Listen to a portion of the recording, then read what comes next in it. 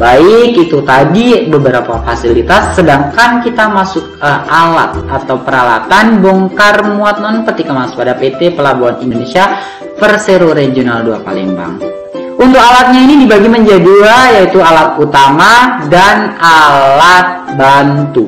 Untuk alat utama itu ada beberapa hal. Yang pertama, gantry jeep crane.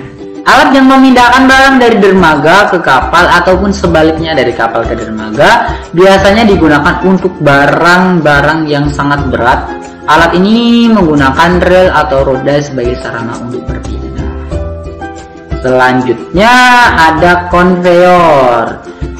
Suatu sistem mekanik yang mempunyai fungsi memindahkan barang dari satu tempat ke tempat lain. Konveyor ini banyak dipakai dan berkelanjutan sistemnya. Konveyor ini sering dipakai di industri dan jumlahnya sangat banyak. Di pelabuhan biasanya konveyor digunakan untuk bongkar muat curah kering.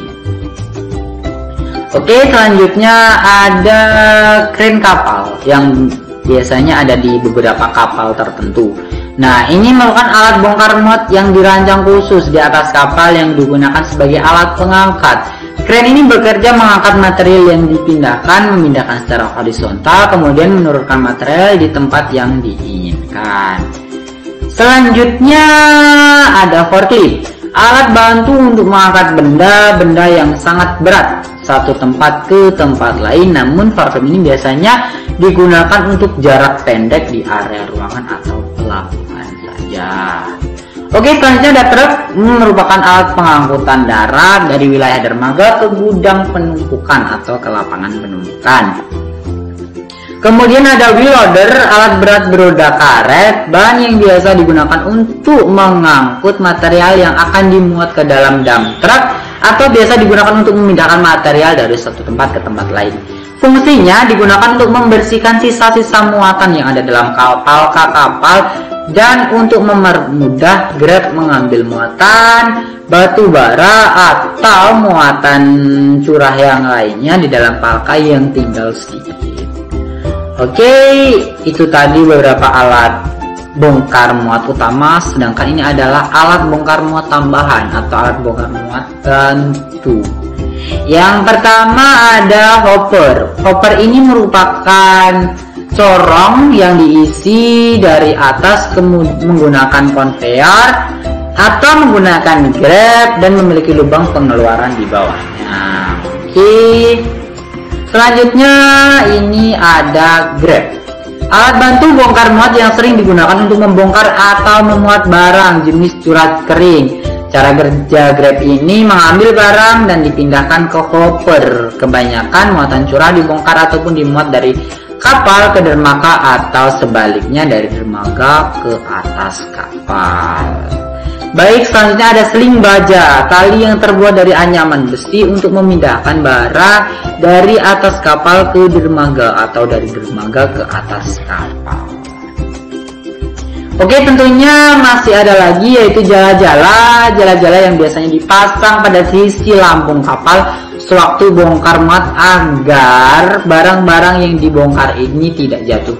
Biasanya ini didominasi pupuk-pupuk dalam bentuk bag kargo. Baik, selanjutnya beberapa hal yang akan kita bahas lagi. Oh, masih di alat bantu tambahan yaitu hook crane. Hook crane ini alat bantu untuk mengaitkan beban atau muatan. Biasanya dalam bentuk bag-bag tadi, itu bagnya tadi akan dikaitkan di ujung daripada hook crane ini. Selanjutnya ada palet. Nah, palet ini merupakan struktur datar yang dapat menahan beban dalam posisi stabil saat diangkat. Alat-alat seperti truk, garpu atau forklift, truk palet, dongkrak atau derek jangkung.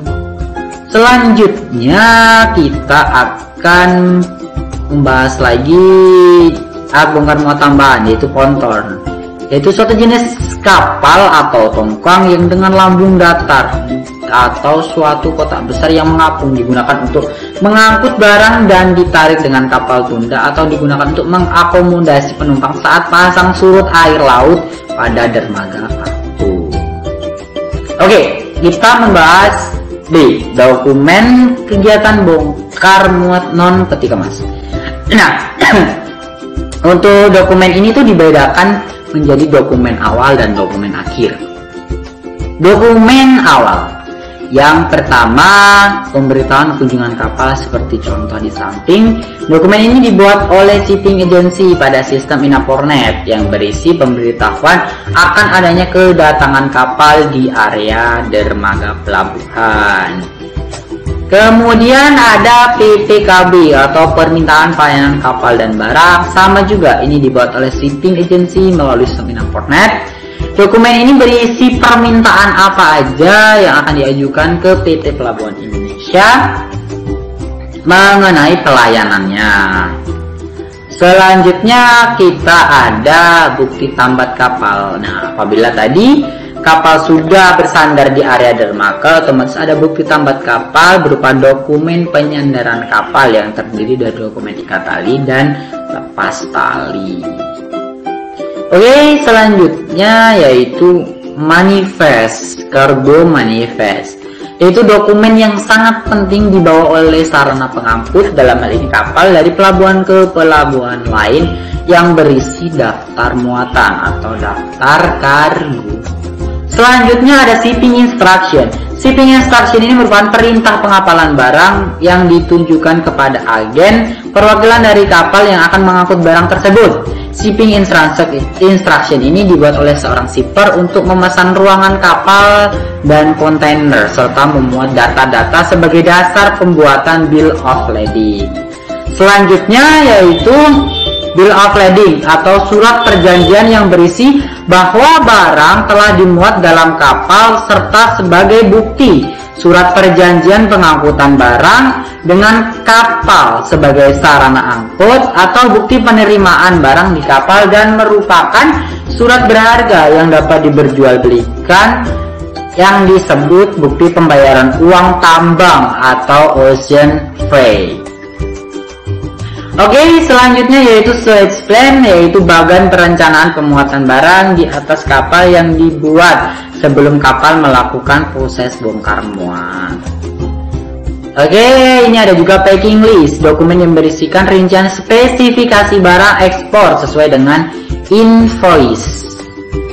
Selanjutnya ada pemberitahuan impor barang, dokumen pemberitahuan oleh importer kepada bea cukai atas barang impor berdasarkan dokumen pelengkap pabean sesuai prinsip self-assessment. Selanjutnya ada PEB atau pemberian ekspor barang, yaitu dokumen pabean yang digunakan untuk pemberitahuan pelaksanaan ekspor barang yang dapat berupa tulisan di atas formulir atau media elektronik. Oke, selanjutnya dokumen OP, yaitu dokumen yang dibuat divisi Opum PT Pelindo Regional 2 Palembang yang berisi perencanaan kegiatan bongkar muat barang. Oke, selanjutnya kita akan membahas kesepakatan bongkar muat. Nah, dokumen ini berisi kesepakatan antara pihak-pihak yang terkait atau terlibat dalam kegiatan bongkar muat. Ini merupakan contoh daripada dokumen kesepakatan kegiatan bongkar muat ini. Oke, selanjutnya yaitu surat penunjukan PBM. Surat penunjukan dari perusahaan shipping agency kepada perusahaan bongkar muat dan untuk melaksanakan kegiatan bongkar muat barang di pelabuhan. Selanjutnya surat penunjukan perusahaan EMKL, yaitu surat penunjukan dari perusahaan shipping agency kepada perusahaan EMKL dan atau perusahaan freight forwarding dan untuk melaksanakan pengangkutan barang. Selanjutnya yaitu ada made receipt, yaitu tanda terima barang yang akan dimuat ke kapal. Made receipt dibuat oleh agen pelayaran dan ditandatangani oleh nakoda atau mualim kapal. Selanjutnya yaitu izin timbun barang, dokumen yang diajukan oleh pemilik barang yang diwakili oleh perusahaan freight forwarding atau perusahaan EMKL apabila barang impor berupa curah kering yang membutuhkan tempat penimbunan serta sementara dalam kawasan kepabeanan yang disetujui oleh Direktorat Jenderal Bea dan Cukai. Ini merupakan dokumen izin timbun yang dibuat oleh Kementerian Keuangan Republik Indonesia, Direktorat Jenderal Bea dan Cukai, Kantor Wilayah Sumatera Bagian Timur. Baik, selanjutnya ini ada DO atau surat jalan, yaitu dokumen yang diberikan oleh pihak penjual ke pihak penyedia jasa ekspedisi agar bisa segera melakukan proses pick up dan pengiriman barang. Baik, kemudian ada lagi surat pemberitahuan pengeluaran barang atau SPPB, dokumen yang diterbitkan oleh Direktorat Jenderal Bea dan Cukai sebagai bentuk perizinan bahwa barang dapat dibongkar atau dikeluarkan dari kawasan pabean tadi. Oke, selanjutnya yaitu draft survei. Ini merupakan suatu sistem untuk menghitung muatan berdasarkan surat atau draft kapal. Pengukuran tersebut dilakukan sebelum barang dimuat dan setelah proses bongkar. Oke, selanjutnya ada berita acara serah terima barang, yaitu dokumen legalitas penyerahan pekerjaan dari penyedia barang atau jasa kepada pemberi kerja. Selanjutnya ada asuransi kargo, yaitu asuransi yang diberikan untuk ganti rugi atau kerusakan kehilangan barang dalam pengiriman lewat laut, darat maupun udara. Oke, ada juga pranota bongkar muat nih ya, tadi yang sudah kita singgung mengenai pranota di awal. Ini merupakan jumlah tagihan penggunaan jasa pelabuhan dan kegiatan bongkar muat di pelabuhan yang dibuat oleh badan usaha pelabuhan yang diberikan kepada perusahaan pelayaran sebagai wakil dari pemilik barang atau shipper, serta wakil juga dari konsignee apabila itu pemilik barangnya sebagai penerima. Kemudian nota penjualan jasa pelabuhan ini merupakan bukti pelunasan pembayaran tagihan penggunaan jasa di pelabuhan yang dibuat oleh badan usaha pelabuhan kepada perusahaan pelayaran sebagai wakil dari pemilik barang. Oke, ini ada dokumen akhir daripada kegiatan bongkar muat non-peti kemas. Yang pertama, daily report, dokumen yang berisi jumlah tonase kubikasi yang dibongkar atau dimuat per palka per hari yang dimuat oleh telemen dari perusahaan bongkar muat. Kemudian ada lagi tally sheet, dokumen perhitungan yang menjelaskan beberapa banyak muatan yang akan dimuat atau dibongkar di atau dari kapal. Kemudian selanjutnya ada time sheet, dokumen untuk pencatatan waktu mulai dan berakhirnya kegiatan bongkar muat yang ada di pelabuhan. Baik, selanjutnya ada statement of fact. Statement of fact ini merupakan dokumen yang dibuat oleh agen atau perusahaan shipping agency mengenai semua data-data kegiatan serta waktu kegiatan yang dilakukan mulai dari kapal tiba hingga kapal tolak yang berisi laporan keseluruhan dari hasil muat atau bongkar selama di pelabuhan. Oke, selanjutnya C, hambatan dalam kegiatan bongkar muat non peti kemas. Yang pertama ialah faktor alam, yaitu cuaca buruk atau hujan. Faktor kinerja, yaitu kinerja TKBM pada gudang lini 2 ini belum 24 jam. Kemudian ada faktor tracking, yaitu keterlambatan moda transportasi yang tidak sesuai dengan rencana. Selanjutnya ada lagi yaitu faktor berat muatan, yaitu barang yang beratnya lebih banyak membutuhkan TKBM juga lebih. Faktor alat, yaitu alat mengalami kerusakan akibat kurangnya perawatan. Kemudian faktor peraturan Pemda Palembang, yaitu peraturan Wali Kota Palembang nomor 36 tahun 2019 tentang rute mobil dalam Kota Palembang, di mana ini berkaitan dengan jalur tracking yang hanya boleh dilewati satu kali lewat saja di jalan utama atau di jalan Kota Palembang.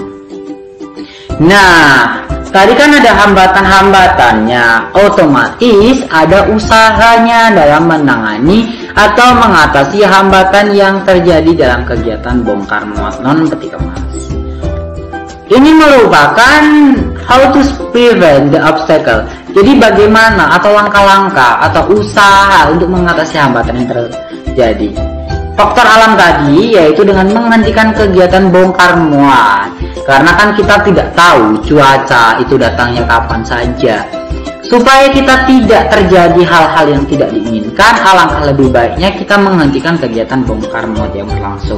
Yang kedua, faktor kinerja, yaitu dengan membuat kebijakan baru mengenai waktu kerja di gudang lini 2. Selanjutnya, faktor tracking, yaitu komunikasi secara intensif atau juga memberikan sanksi kepada pihak atau perusahaan MKL apabila sering terjadi keterlambatan. Selanjutnya, faktor berat muatan, yaitu menambah TKBM yang ada. Selanjutnya, faktor alat, yaitu dengan perawatan alat bongkar muat secara lebih sering atau lebih diperhatikan lagi secara intensif. Nah, selanjutnya bab 4, yaitu penutup, di mana penutup ini berisi kesimpulan dan saran. Yang pertama, kesimpulan. Kesimpulan yang kita dapatkan dari laporan praktek kerja lapangan ini ialah PT Pelabuhan Indonesia Persero Regional 2 Palembang merupakan simpul utama perekonomian dan sebagai jalur keluar masuknya barang lintas negara, terutama wilayah Sumatera, dalam fungsinya sebagai pelabuhan umum.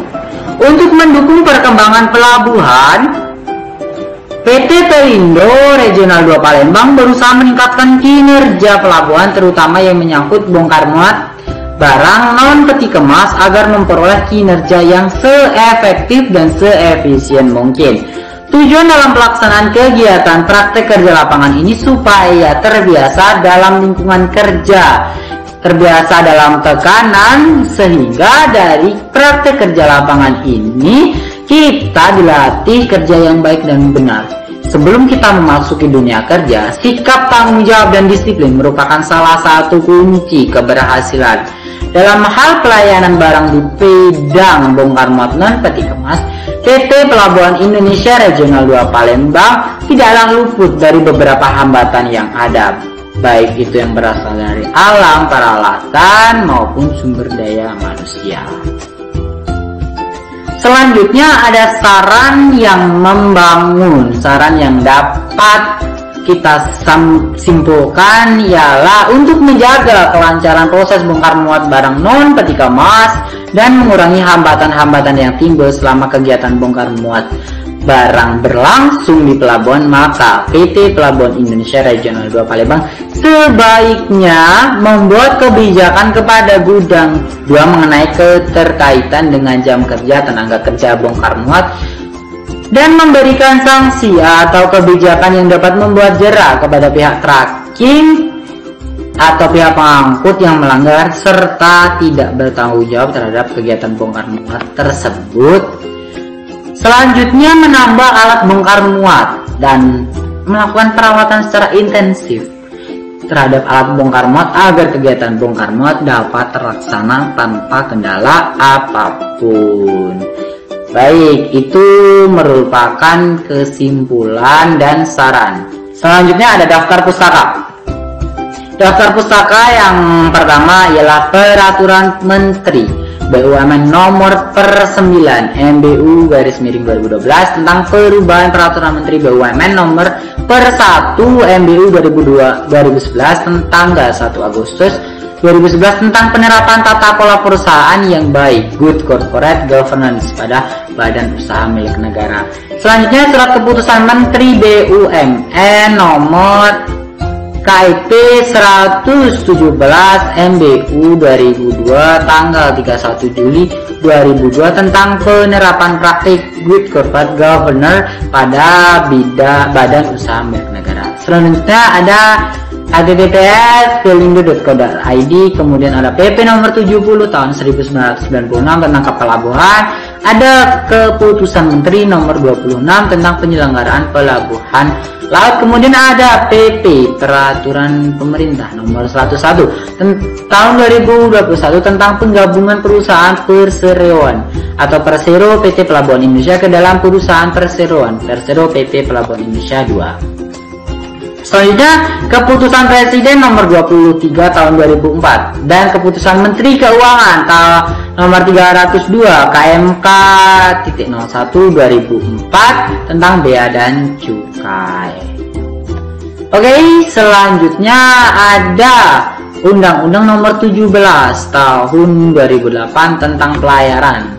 pasal 90 ayat 3 huruf G yang berbunyi penyediaan dan atau pelayanan jasa bongkar muat barang. Kemudian peraturan pemerintah nomor 61 tahun 2009 tentang kepelabuhanan pasal 69 ayat 1 huruf G yang berbunyi penyediaan dan atau pelayanan jasa bongkar. Selanjutnya ada peraturan Menteri Perhubungan nomor 60 tahun 2015 tentang penyelenggaraan dan pengusahaan bongkar muat barang dari dan ke kapal pasal 2 ayat 1 dan 2 yang berbunyi kegiatan usaha bongkar muat dari dan ke kapal pasal 2 ayat 1 dan 2 yang berbunyi kegiatan usaha bongkar muat barang. Kemudian ada Undang-Undang nomor 19 tahun 2003 tentang Badan Usaha Milik Negara. Selanjutnya ada Undang-Undang nomor 40 tahun 2007 tentang perseroan terbatas. Selanjutnya ada Undang-Undang nomor 1 tahun 1962 tentang karantina laut. Oke, selanjutnya keputusan Menteri Perhubungan nomor KM 25 tahun 2002 tentang tarif dan regu kerja. Selanjutnya pasal 1 angka 15 peraturan Menteri Perhubungan nomor 49/2017 tentang penyelenggaraan dan pengusahaan jasa pengurusan transportasi. Selanjutnya pasal 2 ayat 6 peraturan Menteri Keuangan 141 PMK-3 2015 tentang jenis jasa lain sebagai dimaksud dalam pasal 23 ayat 1 huruf C angka 2.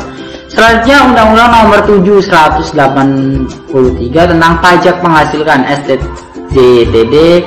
Undang-Undang nomor 36 tahun 2008 mendefinisikan jasa freight forwarding. Selanjutnya ketentuan lebih lanjut mengenai aspek PPN jasa freight forwarding dapat disimak dalam PMK 75/2010 STJTD PMK 121/2015. Selain itu, jasa freight forwarding juga bersinggungan dengan pengenaan pajak penghasilan atau PPh pasal 23. Ketentuan lebih lanjut dapat disimak dalam PMK 141 tahun 2015. Oke, ini adalah ambilan foto dokumentasi praktek kerja lapangan.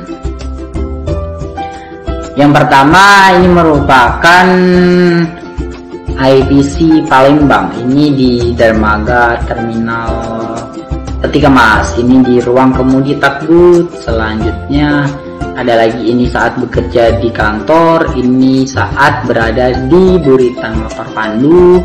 Kemudian ada lagi ini saat kita check-in mengenai loading CPO di kapal tanker. Selanjutnya ini saat kita melakukan meeting of operation planning. Jadi kita di sini melakukan rapat mengenai rencana kegiatan bongkar muat.